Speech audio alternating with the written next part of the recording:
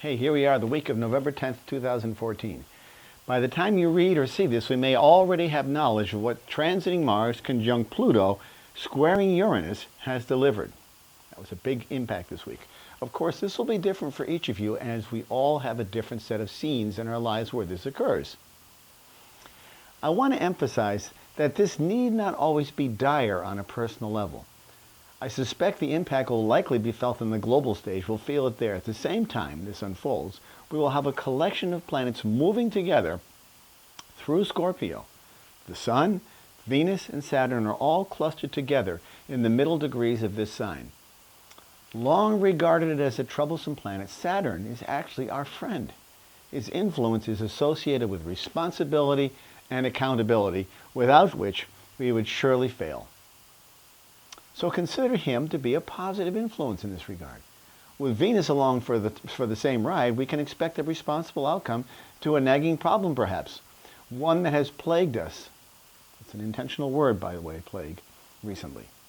We may see a solution arise from this rather intense period.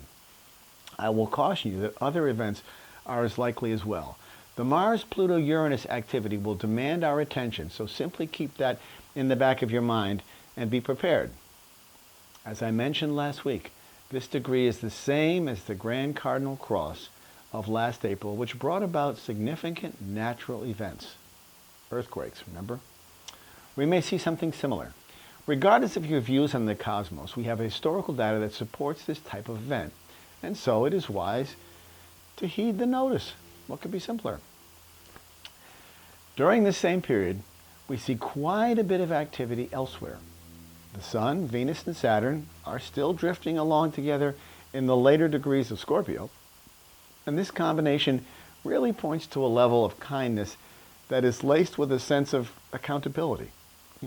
Kindness. The sun shines on this, and by now we will have seen the results of the midterm elections in the United States, big time. Despite what we might think of as progress, we might now be able to view this with a detached tone of forgiveness. Venus is a warm component, and forgiveness is the one word that seems to fit with Saturn involved, simply because it's about doing the right thing, being responsible. Responsibility requires humility in order for it to be effective, though. Venus allows that door to open and provides a nice counterpoint to the changes being brought to light by the Mars-Pluto conjunction and square to Uranus. This might be the point where logic is revealed and we see a dramatic turn of events not predicted by the media, the pollsters, or the pontificators. This would truly indicate a major step in the right direction, an upset. In the end, this may be the message of the Grand Cardinal Cross: to forgive, to forget, and to begin again. Wouldn't that be remarkable? Listen each Friday morning Turning of the Wheel on Awakening Zone Radio, 11 o'clock a.m. Great guests, great topics, information you can use. I'm only going to be on until the end of this year, so take advantage of it while you can. You can write to me for a reading at chris@chrisflisher.com or call me, 978-393-1036 to connect with me. You can book a reading through my website. It's all secure. There's nothing to worry about. It's double-blinded protective, so you're safe. www.turningofthewheel.com.